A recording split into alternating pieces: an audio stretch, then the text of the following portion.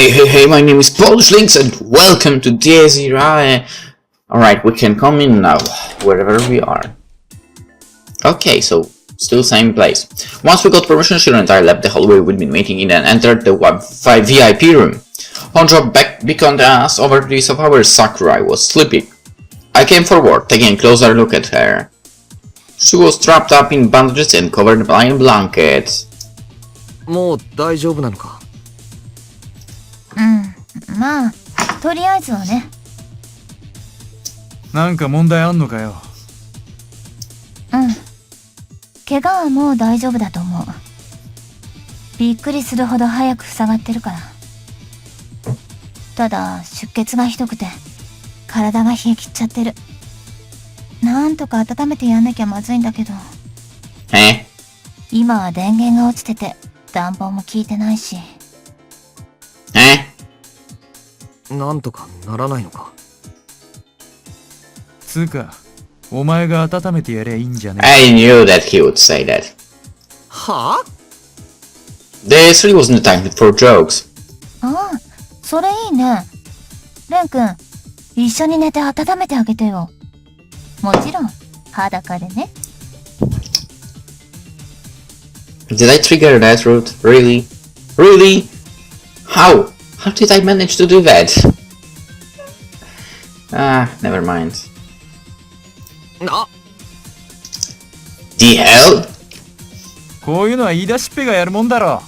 こいつを捕虜にしようって言ったのはお前だし、それに、この女が目覚めて暴れたりした時に止められんのはお前だけだろうが。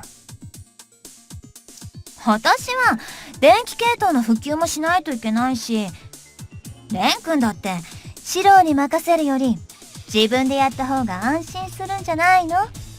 Also, wouldn't you, Ellie, prefer Ren take care of that instead of Shira? I see that. They were definitely enjoying this. I was starting to feel a headache descend upon me. 本当なのか。何が? その血が足らないとか体温とかそういう話。Pretty sure they are. ええ、低体温症を起こしかけてる。このまま外気に体温吸われてたら、わかりやすく言うと凍死するわ。Honjo didn't seem to be lying, but could Sakurai really just freeze to death like that? Even with all the stuff she found out, the physical limits of those bastards remained a complete mystery to us. Still, it would have been one more thing to bother me at night if I overestimated Sakurai and accidentally let her die on my watch, now that I decided to save her. I seriously regretted the fact that I lacked the resolve to be able to just let her die without batting an eye. Jesus Christ. わかったよ。I was too soft for my own good. God damn it, I couldn't believe these guys were still playing games when people's lives were on the line. んじゃ決まりだ。なーに、安心しろって。俺らは邪魔にならねえようにどっか別んとこ行ってっからよ。そうだね。それじゃあレン君、あとは任せたよ。ちゃんと裸になって温めてあげなきゃダメだよ。And the two of them poked fun of me to the point of anger as they left the room, but right before she shut the door, Honjo turned around as if she just remembered something important. 一応、相手は病人なんだから、あんまり激しくしちゃダメだよ。She could take her juvenile advice and show it! I thought about yelling that, but Honjo had already shut the door. くそ。マジでやるしかないのか。Questioning the importance of getting truthfully naked, I initially figured I'd only take off my shirt off, but Sakurai herself was almost completely undressed, so that would have made no sense on my part. Damn, if she would come in the building, she'd kill me for sure. I was really against fighting Sakurai, but I still felt hesitant. Why did this sort of thing have to happen here? とにかく、お前目覚ますなよ。That's a really bad thing to say. I laid Sakurai on my knees and wrapped the blanket around us as I prayed for both our sakes. As I did my best not to look at things I had no business looking at, I kept telling myself that there was no other solution to this messed up situation than waiting for morning to come. Or at least I endeavored to do that the best I could. まったく何の因果で Yeah, that's true, she's... How did we get from that hellish bloodbath to this ridiculous situation? In fact, why didn't Sister Lisa take Sakurai with her to begin with? The reason I decided to help her was largely because the word Sister Lisa left me before she vanished had really stuck with me. She asked me to take care of Leon, but did she kinda forget the part where we were trying to kill each other? It would have been much easier if she'd just told me to spare her or kill her. I was having a hard time turning down a request when she asked the voice of hers. In that voice of hers. Maybe she was counting on my naive side, and while it was true, it might have been a factor, maybe there was more to it than that. In other words, I didn't think she was being cunning or that she had darker intentions. To be frank, she probably trusted me. Considering where we both stood, I doubted it was something to feel honored by, nor something I was meant to live up to, but... damn it, this was all such a pain in the ass. だいたい根は悪い子じゃないとか言われてもな I looked down at Sakurai's face as I grumbled. Well, from this angle I could definitely only see her as just another girl of Kasumi's age. Come to think of it, several people, herself included, told me that we were the same age, didn't they? The Longinus, Dryzen Order, remnants of the Nazis. Whether or not that was true, and whether Salkari have lived 10 times longer than us or not. Even if that was no more than an exaggeration, those bastards had to be over 8 years old at least. At the least. From our point of view, that would make them old enough to be the same age as our great-grandparents. So why is that they didn't mind having such a kid in their ranks, and the Japanese one at that? I knew that Japan and Germany were allies back in World War II, so maybe there was some sort of connection back then, but regardless, Sakurai still stuck out like a sore thumb among them. In fact, it didn't look like Wilhelm accepted her as a comrade at all. No. It felt like he had a real grudge against her, like he was embarrassed by the whole matter. So why did Sakurai enroll in an organization she clearly couldn't be comfortable working with? I'd simply viewed her as an obstacle that had to be taken out up to this point, but now that I thought about all that, she could be in some sort of sticky situation. True. That said, by no means was that a sign I could let my guard down around her or hold back. Also true. This seemed to be trickier than I thought. Much like Konjo said, Sakurai really was freezing. On top of that, she was just too delicate and fragile. Thanks to her current bewildering impression of vulnerability, the image I'd had of her up to this point, in other words, one of a stone-hearted bitch, was loudly crumbling apart. Understandable, I guess. I mean, in such situation, it happens, I guess. I found myself starting to honestly want to help her. Gee, I couldn't leave Shiro and Kojo from making fun of me. I was naive dumb as being controlled by trivial emotions. I knew just how dangerous she was, but... Uh-oh! You were supposed not to wake up yet! Sakura let out a low groan. She shivered slightly and began muttering in delirium.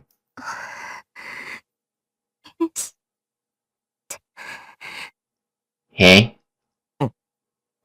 She muttered meaningless, incoherent fragments at first, but it didn't take long for her to start saying things I could understand.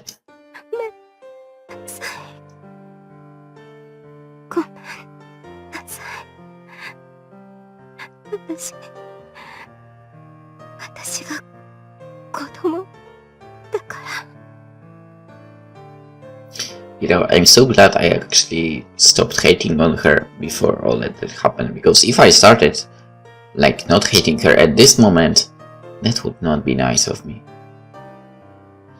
I guess just the exhaustion and so on in the very beginning made it work, and that's why I was like that. Still, the only one... No, there are actually two girls in the games that I actually really disliked.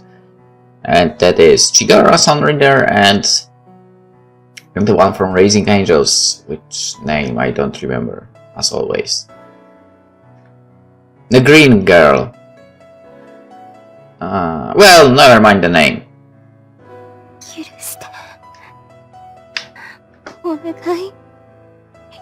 許してください。絶対私があなたのことを許して。The indescribable regret in Sakura's room spread to me. Sakurai, completely defenseless, spoke in a childish voice and tone befitting her age. I knew there was not much I could do about eavesdropping on her given the circumstances, but I still felt like I was doing something reprehensible. At the very least, I sure actually wouldn't want our positions to be reversed. Everyone has their own little secrets they'd rather never bring up, and learning those secrets and exposing them was nothing but bad taste.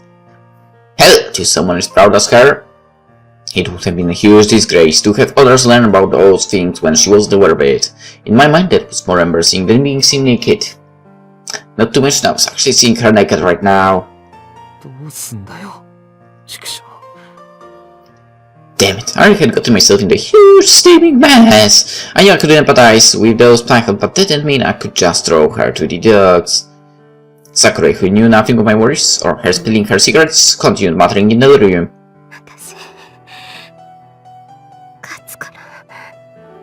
負けないから待っててお願いも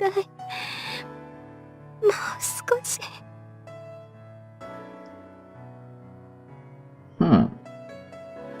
きっとまた会えるからみんな一緒に3人で What? Okay, I'm curious what she's talking about. Beatrice. Huh? For I tried not to listen, I couldn't avoid hearing what she was saying at such a close distance. As such, I unconsciously reacted to the last thing she said. Beatrice. だと。 Yes, I did. I'd heard that name somewhere before, and slowly pulled it out of my vague memories. それから、ベアトリス・キルヒアイゼンはもう死んでるみたいで、その抜け番が桜井圭。こいつらが高額の賞金首だってことは、オッケー？ Daughter? Right, I'd forgotten the whole thing in the case of Kane's tag, but I had heard that name from Honjo shortly before that. Beatrice Kirchheisen. I didn't know how long ago this was, but she was a decayed member of the LDO, most likely Sakurai's predecessor. Sakura was probably initiated into the Obsidian Round Table to replace that Beatrice woman after her death, which meant they probably knew each other. Actually, they were probably more than just acquaintances. For Sakurai to mutter her name while unconscious and seriously injured meant she must be someone important. Or Sephiroth, were they friends, or something more? Maybe family. She said three of them, so maybe there was a father as well. My obsessive speculation was interrupted by a sudden change in Sakura's condition. Her slender body started shaking more than it had before. She began to writhe.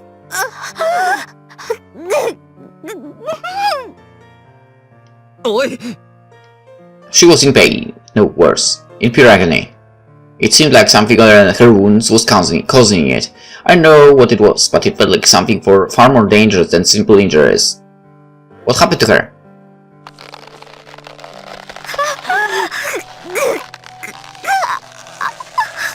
That magic part? You know, what happened earlier? Rusalka doing magic things? Sakurai clung to me, her nails digging into my shoulder. She gripped me so hard she actually tore into my flesh, causing me to start bleeding. It hurt like hell, but I was more confused than anything. What had happened to her body, and what was strength to? It was already clear that her wounds weren't behind it. Several seconds passed as I wondered what to do when... Sakurai stopped moving with a quiet groan. I could no longer worry about shame or guilt. I ripped off the blanket and looked over the body to find the source of her silent agony. And then I found... a sinister tattoo located directly under Sakura's navel on her womb. No, it wasn't a tattoo. The decapitation scar on my neck began to age. It looked like a tattoo at first, but that wasn't it. It was something way more dangerous. Something alive. It looked like one design-wise. The crimson scorpion crawled across Sakura's skin in sync with her wild panting. 動いてる。 Eh? The scorpion slowly yet surely moved downwards. It gnashed its tongue, raised its claws, and revealed in the sound it inflicted on its prey. Sickening, human-like emotions emanated from the sun and two-dimensional being. Was it trying to devour Sakurai? I didn't know exactly what it was, but once I realized the thing was malicious in its intent, I began weighing my options. What was I to do? Sakura would likely die if I left her be. Sure, I would probably call this convenient, since it would mean one less enemy to live with, but I couldn't be so cold. Beating them in a fight was one thing, but leaving someone to suffer in such agony was just... Especially someone in such a weak state as her. And for I hated to admit it, now that she touched the corner of my heart, I couldn't just abandon her like it was nothing. I'd become just as messed up as those bastards if I did. I had to remember why I was doing this in the first place. The entire reason I'd be in this kill or be killed scenario was because I wanted to protect my day-to-day life, starting with Kasumi. And the me from those days would never choose to abandon a dying person. If I let Sakura die, I'd be beyond the point of no return. And that was the reason why I suppressed the two, asked Sakura. Yeah, let's ask, totally. Definitely, that will freaking help if we ask. If she's freaking not even conscious, actually. Alright, tattoo, let's fight, I guess. Suppress the tattoo. It was the only way I didn't know if I could do it or not, but Sakura had once managed to suppress my nigh uncontrollable destructive impulses. All I could do was imitate what she'd done. Sakura was at a degree level 3, well it was degree level 2, it seemed impossible when I considered it, but it was lucky that the tattoo had nothing to do with her but anyway. I had attained the Yatsura degree. Did I have enough power to beat this scorpion curse? That was the basic problem, for it was impossible for Sakurai, considering she was getting devoured from the inside out. Even a novice like me could probably do it from the outside. Yosh. Yeah.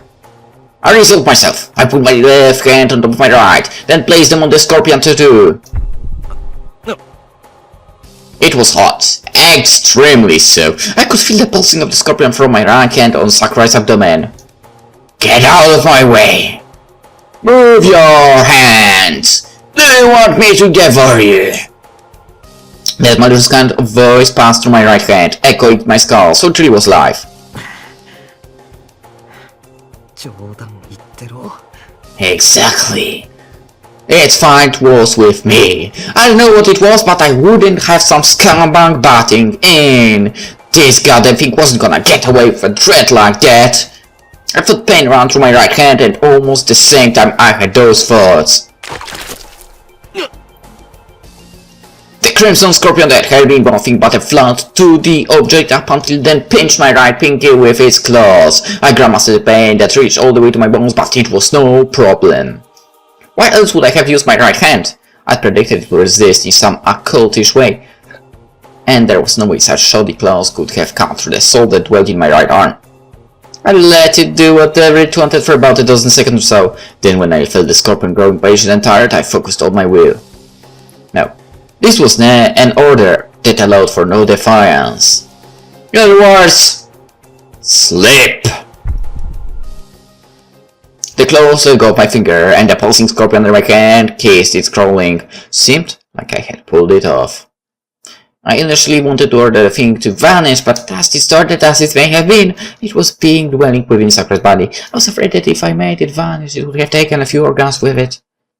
That would have most likely been fatal to Sakurai, and certainly not the end that I wished for her. She was no longer in pain, and her breathing slowly evening out in her sleep. Well, I figured I could relax for now. She'd saved me several times till now, albeit not exactly out of sheer goodwill, and I ended up overhearing several of her secrets. She might not have liked it, but with this, I considered my debt repaid. I wouldn't return Sakurai herself must have had her own goals too. If those end up conflicting, we'd have no choice but to fight again. And if it came to that, then at least I want to get all unnecessary debts out of the way now, so I wouldn't have any baggage later on. I hoped she wouldn't get mad or wake up. I placed her on my knees and wrapped the blanket around us, deciding to wait for morning to come.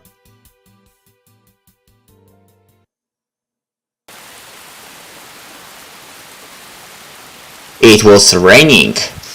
A woman without an umbrella stood on the bridge, accompanied by a grotesque giant. It was Lisa Brenner and Tubal Cain. Instead of heading straight back after the Battle of the Club, they went to the bridge.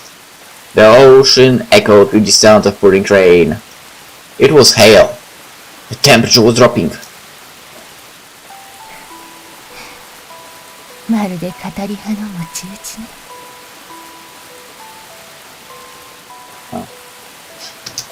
Lisa mocked herself, well aware that this would be nowhere near enough to wipe away her sins. She went to go somewhere devoid of people. Thus, she ended up here. She had been betting that there were a few who would come to this place. So late on such a rainy night. Indeed, there were no signs of anyone else. How long had she been there? She'd been exposing herself to the rain for a long time. Her hair and clothes.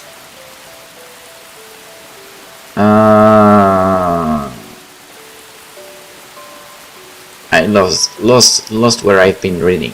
God damn it. Okay, clothes already soaked. However, she merely gazed at the shining city in the distance without paying mind to that sensation clinging to her skin. そういえばクリスマスが近いのね。Not really. It's the end of the June. She'd forgotten about it, even though it meant a certain girl's very important birthday. Or had she simply been trying to not to think about it? She had feared that estate and yet also awaited the coming of the day. Inconsistent emotions whirled about in her heart. What was she thinking? What did she wish for? What was she doing here? Her job was over. She had completed her mission, followed her orders and fulfilled her oath. The only thing left to do was to sit it out and wait. She had grown tired of waiting and hoping these past 60 years. Yet now that she'd accomplished what she needed to, all Lisa felt was fear, regret, and impatience. Would her wish be granted? Would everything she'd lost come back to her? Or would she end up losing something else in return?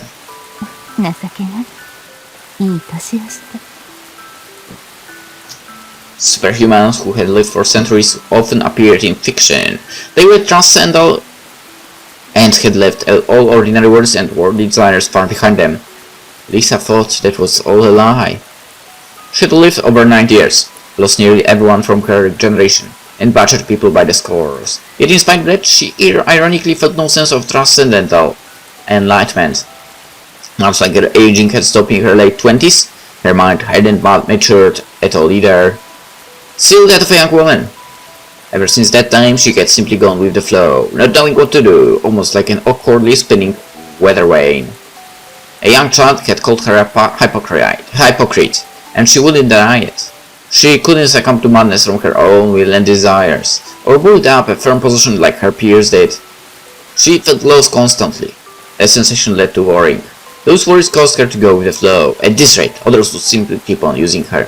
あなたも、そうね。Her words, laden with a hint of self-mockery, were aimed at the giant standing next to her. He was a soulless machine, a weapon. All she could do was laugh at the irony of him being controlled by yet another worthless puppet such as herself. だからせめて、あなたはそうじゃなければいいと、私は。Now that she thought about it, was it wrong to do what she did to save her? Is that what she had is that what he felt? She wondered how the giant felt about her. ねえ、よければ聞かせてちょうだい。カイン。いいえ。But right as she was about to speak his true name, 風邪をひきますよ、リザ。 surprised by the upward voice from behind her, Lisa turned around to face its source. ああ、失礼。驚かすつもりはなかったのですが、申し訳ありません。バレリアン。 Christoph, the divine Wiesel, the priest addressed Lisa by her real name. A favor the nun returned by doing the same. 風邪なんてひかないわよ。冗談がきついわ。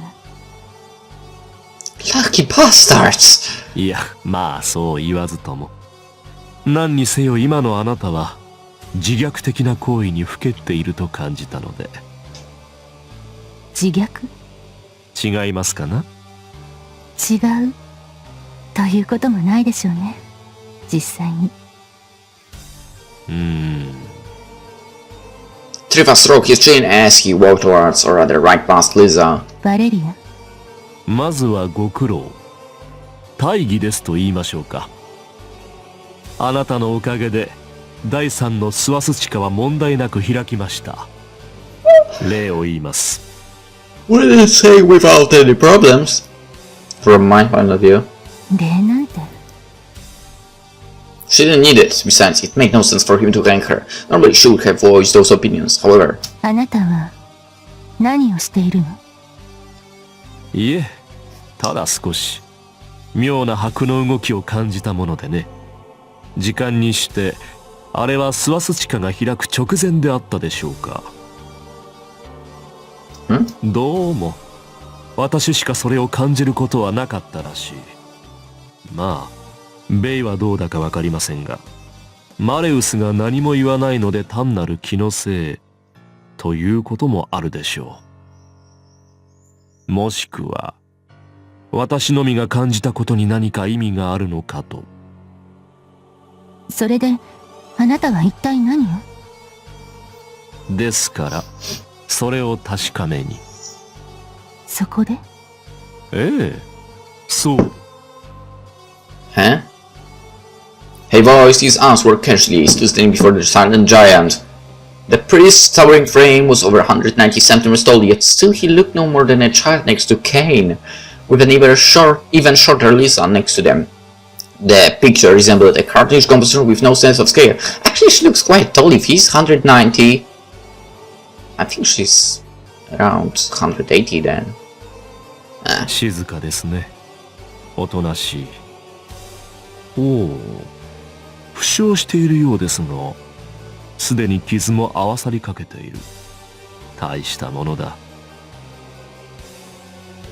For Cain wouldn't move if Lisa was dead. She was still quite calm in the face of that mass of violence and destruction. Lisa felt indescribable chills down her spine when she noticed the look on Trifa's face. Just as Kay had said, Cain was undoubtedly the strongest weapon in the Obsidian Round Table's current armory. With Bay coming each second, she could declare that with certainty. But this priest, his powers she could not gauge or even understand. Contrary to his kind of tragic appearance, the oppressive and wicked presence silently emanated by the man felt far from normal.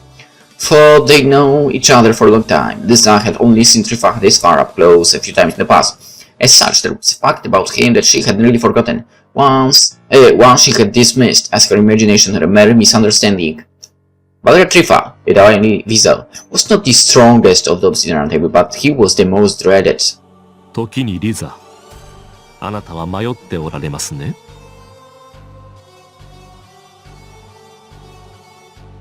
Just then the priest stopped looking at Cain and turned back to Lisa. Oddly enough, the wicked aura that lingered about him had vanished. 仕事を終え、あとは待つのみ。もともと暴れ好きでもないあなただ。それは結構だし、止めません。だが、このカインはまだ動かしたいと思うのですよ。いかがですかな？どうして？ Lisa spoke in the calmest voice she could master. なぜまだ彼を使いたがるの？手が足りないというわけでもないでしょうね。それについては順序を追って、まずはあなたの悩みのことを。Lisa raised an eyebrow at Trifa's attitude. Thought he was talking, it sounded more like the priest was asking for permission to complain to her. However, he paid no heed to her and continued. あなたの悩み、その迷い、口にせずともわかります。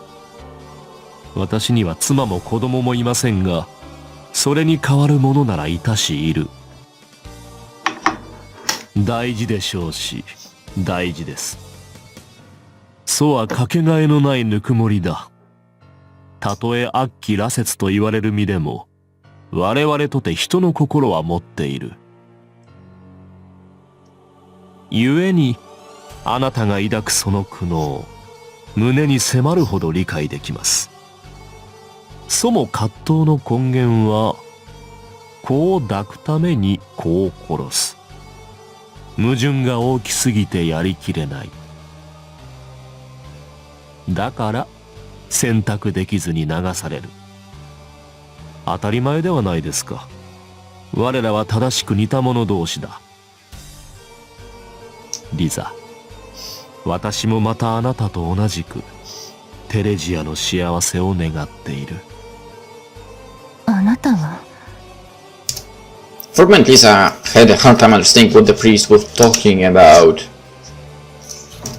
Wishing for Teresia's happiness? Indeed, that was correct. However, あなたはハイドリヒ教をあの方は我々ごときの占領など意にも介しはしませんよ。副首領閣下もまた同じ。彼らを自分の物差しで測るのはおやめなさい。愚行な上に意味もない。あのお二人にかかれば全てどうでもよいと言われて終わりだ。でも聞きなさい、リザ。シュライバー卿にマキナ卿、あの二人もやはり気にはしない。一方は画集の虜で、もう一方はそもそも思考すらしていない。黒煙卓の頂点はひどく存在で、言ってみればおおらかですよ。まあザミエル卿、あの方だけは少々面倒でありますが、それもまた幸運なことに。 the priest's form grew hazy as he stopped mid-sentence. 万一彼女の出陣が起きたとしてもいい取引材料を見つけました。とはいえおそらく今の調子なら必要ないと思いますがね。That bastard! Trifa punched through Lisa's chest all the way to her breastbone, grabbing her heart and then piercing all the way through her back. なぜ That asshole! 慈悲ですよ、リザ。 I'm taking you down, dude! The priest caught her falling body as though he were embracing her, then spoke in a voice loud and with affection. 本音を言えば邪魔ということになるのですが、それでも慈悲であることに変わりはない。これから先起こる未来、You are going down, you asshole. 知らぬ方が身のためだ。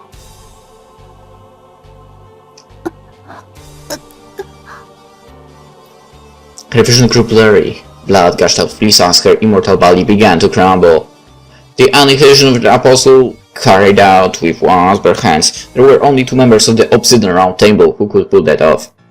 Mashina and Valdia Trifa. In her confusion and despair, it hit Lisa again that it was undoubtedly the priest, her comrade, who had caused the situation and was sending her body towards death's embrace. バレリア、あなたはデアを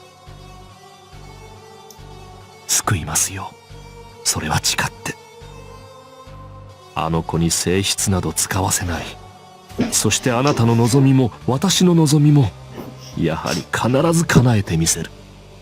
神かけて誓いましょう。そんな She sensed a terrible contradiction in his words. There was no way he could. できますよ。可能です。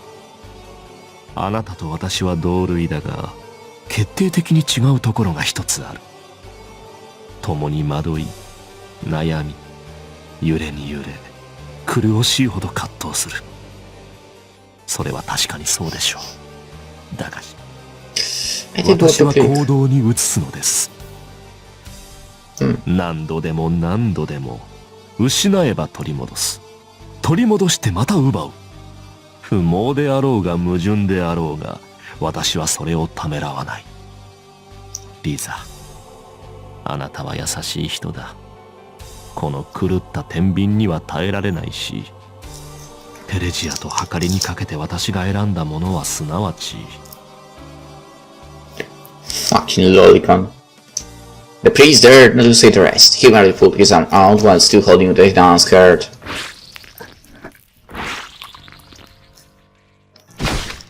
さようなら、リザ・ブレンナー。さようなら、我が愛しき同胞。 You're not going down. あなたは私が嫌いでしょうが、私はあなたが好きでしたよ。テレジアが娘なら、あなたは妻であり、妹だった。What? Dude, no. How can someone be wife and sister? Are you retarded? God damn it. What an idiot. と言われたところで、迷惑千万でしょうがね。これは、偽りのない真実です。How can she be your daughter? No. You are not her father. ですから。Once he finished watching the dance body fade away, turned to wash, and pushed away with the rain, the priest turned to the giant next to him. あなたの遺産は私がもらい受けましょう。ほう、やはり思った通り、彼女が朽ちてもこれは消えぬ。The subprisoner asked on her bed, the troubled mask upon the face of the treasure of a giant remained intact. これが残っている限り、多少精度が落ちたところで他のものにもカインは使える。そして何より。The priest stared intently at the bruised glove of iron wielded by the giant, then sounded a laugh. カインの処置はお好きなようにと、確かに昔言いましたが、まさかこう来るとは思いませんでしたよ、リザ。私が憎いですか。Everyone would! The priest addressed the giant by a certain name, its slopes lost in the hiss of the pouring rain. Nonetheless, it must be in the trembling creek. The giant clattered its teeth like a starved demon as it faced at the priest with contempt, cursing him with almost palpable bloodlust. The rage and fury exuding from his body were certainly not those of a mere puppet. Either the giant's reaction, the priest simply walked by its stammering frame. 戻りなさい、カイン。戻ってそう。マレウスのところへでも行けばよい。彼女ならば今のあなた、従前とはいかぬまでも使用してくれるでしょう。私はこれからリザを弔わなければいけません。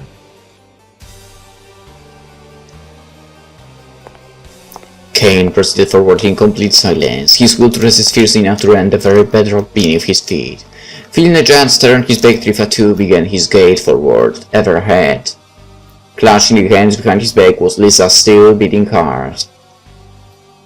もう少しだけ辛抱していてください、リザ。ここから近い場所といえば遊園地です。あそこならあなたも寂しくないでしょう。昔に何度かテレジアと一緒に出かけたこともありますしね。Caressed by the touch of ice-cold rain, 2 Swastikas opened in a single night. Oh shit, you've got to be shitting me. With this, their crusade was now half accomplished. Enraptured by the sweet pain, the priest laughed as he shed crimson tears, rivulets of blood pouring from his stigmata. That asshole. Spinner and Pablo Magdalene. The real Dio Shambhala out of 1913. Swastika for out of 8. Chapter 7. Devindra and... Alright, chapter ended, so actually surprisingly let's end the episode here. And in the next one, we continue. So yeah, hope you enjoyed it. And see you then! Bye bye.